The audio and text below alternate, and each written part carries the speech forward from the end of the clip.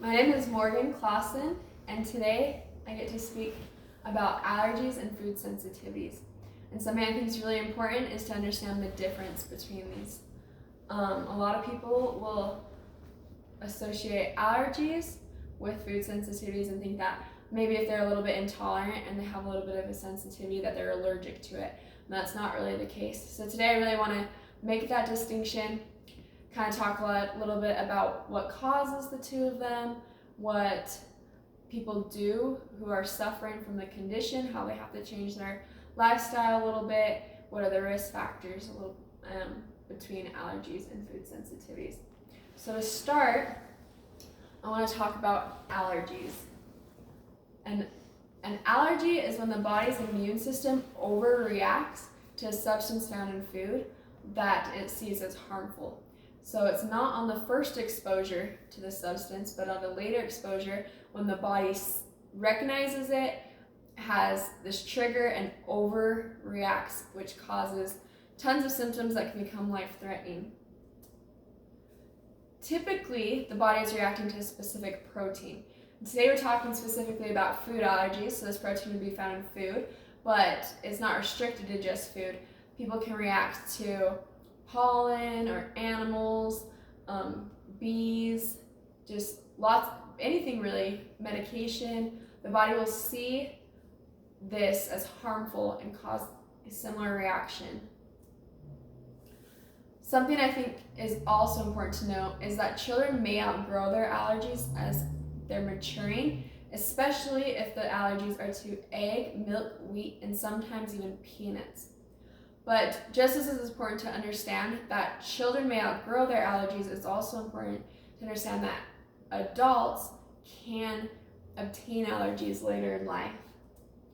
So about 15% of individuals with food allergies are diagnosed as adults. So like I said, it's important to understand the immune system's always changing, and sometimes someone who was allergic to something maybe isn't anymore, or someone who's maybe a little bit older suddenly has an allergic reaction to something they've been exposed to. So to start, I kind of want to break down an allergic reaction and what is happening inside the body to cause the symptoms. So right here in yellow we have the antigen, and that is what is the body's been exposed to, that protein, what it's going to recognize as harmful. And the first time the body is exposed to this antigen, it doesn't have an allergic reaction. What it does is the B cell recognizes the antigen, and the B cell, this is a white blood cell in the immune system. It's a B lymphocyte, and it sees this antigen and it produces these antibodies, these Ig antibodies that will then be inside the body waiting for the second exposure. They'll be able to recognize the antigen and they'll be able to cause a reaction. So here we have our antibodies. And then here we have a mast cell that's being exposed a second time. So on the next slide, I'll go into a little bit more detail of what happens during the second exposure. All right, so the mast cells are found in our tissues. They contain histamine as well as other substances that they'll release.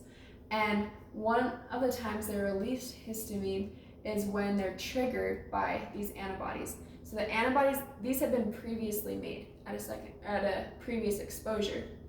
So the second exposure, the individual consumes this allergenic food, and so these are the antigen that come into the body and are registered by these antibodies on the outside of the mast cell. And when they're recognized, the mast cell releases histamine. And histamine has tons of effects on the body. What we associate with allergy symptoms or an allergic reaction are due to histamine release. So one of the things that histamine causes is gastric acid secretion in the stomach. So it can cause some stomach pain, some digestive issues. Another very important thing to recognize is constriction of airways causing shortness of breath. So all the airways in the bronchi and inside the lungs, they're just getting tighter and tighter, and the individual isn't able to breathe as easily. They're not receiving sufficient oxygen to their tissues.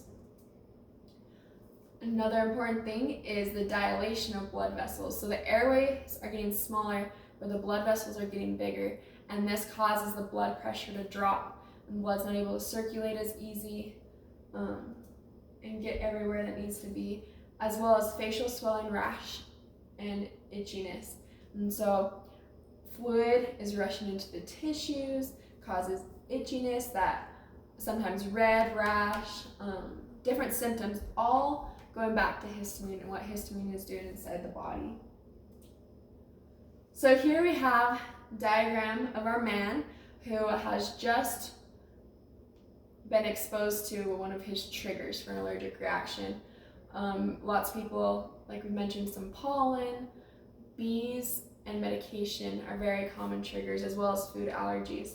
So some of the symptoms this man is going to experience after he's been exposed to his trigger is a headache and anxiety. And a headache, this can be due to lots of different things, but one of them can be due to swelling in everywhere, all the tissues and everything in the brain can cause a headache, as well as anxiety. And that can be due to lots of different circumstances, but if he's not able to breathe correctly, if his blood pressure is dropping, all those different symptoms can be making him feel very anxious, and that's one of the symptoms of anaphylactic shock.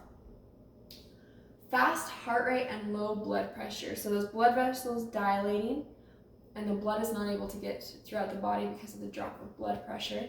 So the heart's beating faster and faster to keep the blood moving throughout.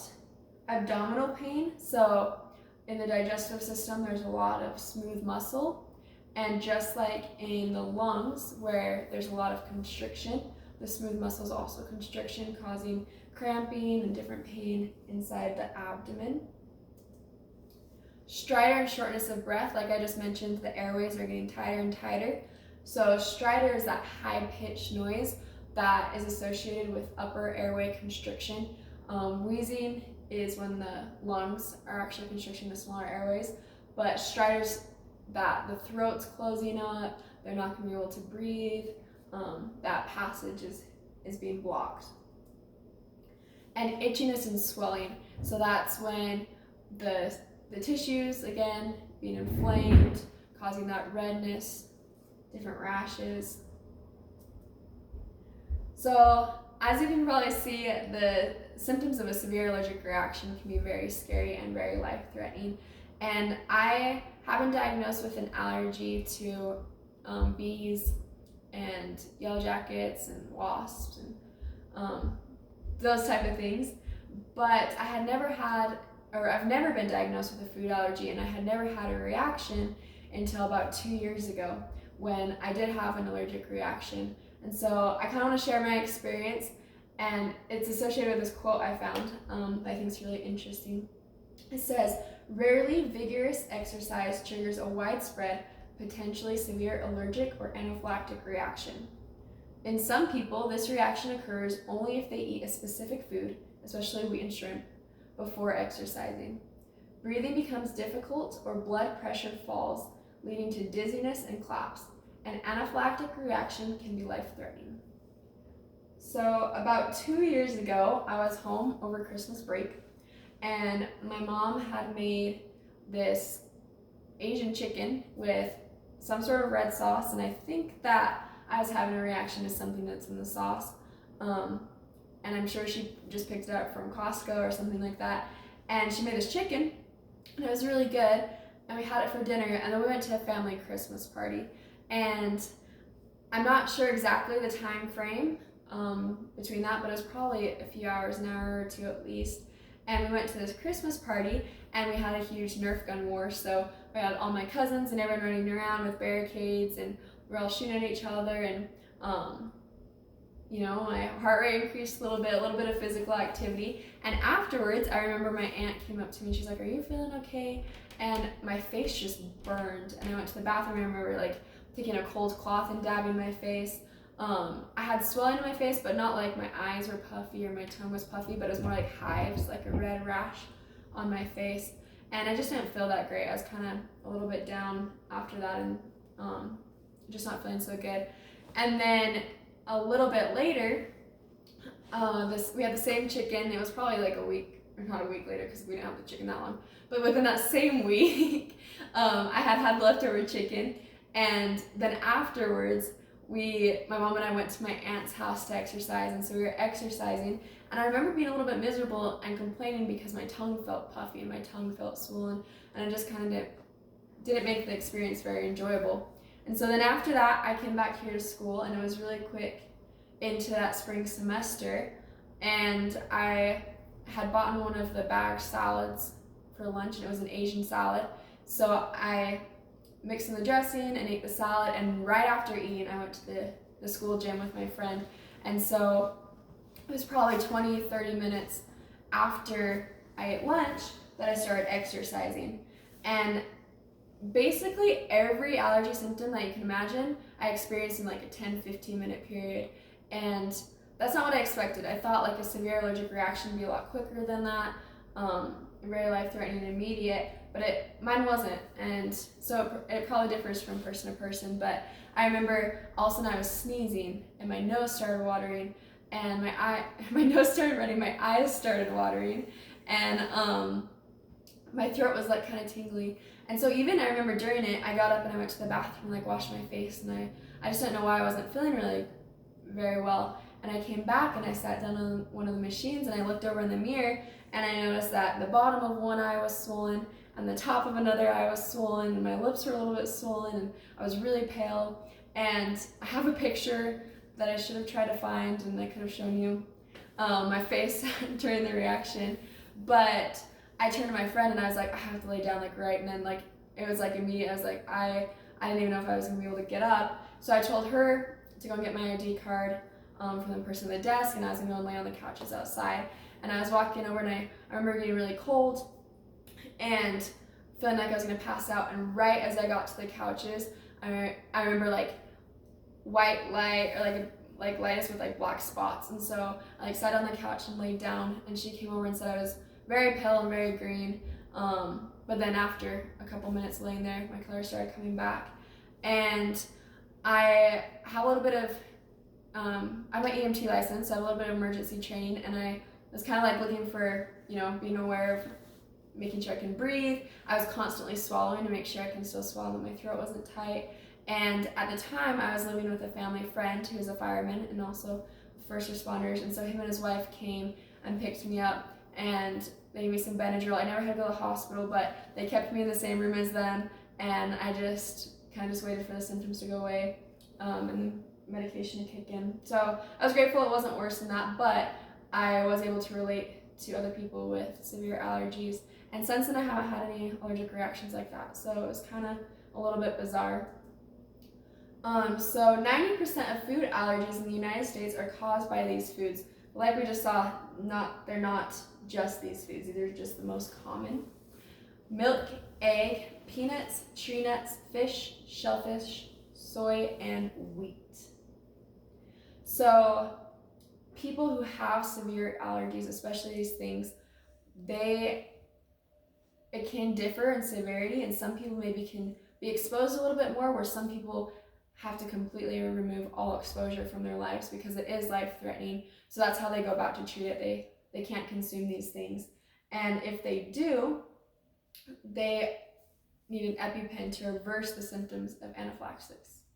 So an EpiPen contains epinephrine, and I should have brought mine for an example, but you remove the safety from the back and you insert the EpiPen in someone who's having a severe allergic reaction into like the biggest part of their bodies, often right in 90 degrees into the outside of their thigh. And so what the EpiPen does is it releases this epinephrine, and two very important things that epinephrine does inside the body is it reverses histamine, and it vasoconstricts those blood vessels that the histamine was vasodilating. So that increases the blood pressure, gets the blood flowing, and then it also dilates the airways in the lungs so that they're able to breathe, and prevents that difficulty. So those are very important. People who have severe food allergies should let others around them know, should keep their EpiPen on them, and if they are having a severe allergic reaction, it's important to give them that epinephrine to make sure that they're breathing well, that everything's going fine. So the second thing is food intolerance and sensitivity. A lot of people get this confused with the food allergy, but this is when the body is unable to digest a certain component of a food. So different foods can cause different intolerances, and this can vary from person to person. Different people can have different symptoms to the same food as well, so it kind of is just kind of personal. And it can be any food, but it's usually not life-threatening. They just experience a lot of discomfort. So some of the symptoms someone with intolerance will experience is irritability or nervousness, bloating, migraines, a runny nose, cough, irritable bowels, just kind of feeling under the weather, not feeling very good, nausea, vomiting, stomach pain, gas, cramps, heartburn, headaches, and diarrhea. So like I said, this is a huge list. It can change from person to person, and the cause, which is causing the symptoms, can change as well. So I kind of want to talk about some of those causes. So one of them that's very common is the absence of an enzyme. For example, some people don't produce enough lactase to digest the lactose found in dairy. So they have lactose intolerance. And that can be severe, mild, it can range from person to person as well. Or there could be chemicals, for example, amines in cheese or caffeine can cause a reaction. Food poisoning or toxins, now those can be life-threatening if they're really severe, or temporary if it's contamination, but something else is, for an example, is undercooked beans. If their beans are undercooked, it can release gases causing those pains, and they'll have that discomfort. Natural occurrence of histamine, that can be happen in fish that are not stored properly, as well as salicylates, and that can be present in lots of foods. For example, herbs can be found naturally in herbs, vegetables, or fruits and nuts, as well as synthetically, it can be found like in toothpaste, or aspirin is really common and people react to that. So how to deal with food intolerance and sensitivities. First, you need to identify what was causing the issue and then make meal adjustments. This is really important. People can continue to get what they need by adjusting the meals, even if they have insensitivities. Serving sizes can help. Some people may have a little bit of lactose intolerance, but as long as they don't have too much milk, they're okay. Or finding a substitution, again with milk, maybe substituting almond milk. And sometimes you just need to have complete elimination of trigger foods to get rid of the intolerance. Other people are able to build tolerance in small doses, maybe increasing doses over a period of time. They notice that their symptoms will go away. And one of the most important things is just to listen to your body, to be aware of how it feels after certain events, and what you can do to change that. So kind of like I mentioned in the beginning, over time our bodies do change, the immune system changes, and it is possible to be tolerant to something and then not after a while, and maybe even have an allergic reaction, or to develop a tolerance over time if you didn't have one before, like kind of like those children growing out of their allergies. And this is similar to how allergy shots work. Someone can go and get a shot until their tolerance builds. And I just wanted to share just a few little things about allergies. Some studies have shown that having a pet early in life can maybe help decrease the risk of allergies. And this example is about a dog, but this could be because the dog brings in more bacteria, and this helps strengthen the immune system at a young age. Also, penicillin is the most fatal cause of anaphylaxis, and individuals with asthma and allergies are at a higher risk of dying from anaphylactic shock. So I think it's all really interesting, and I hope that this helps kind of explain the differences between the two things, and that everyone was able to learn a little bit today. So thank you.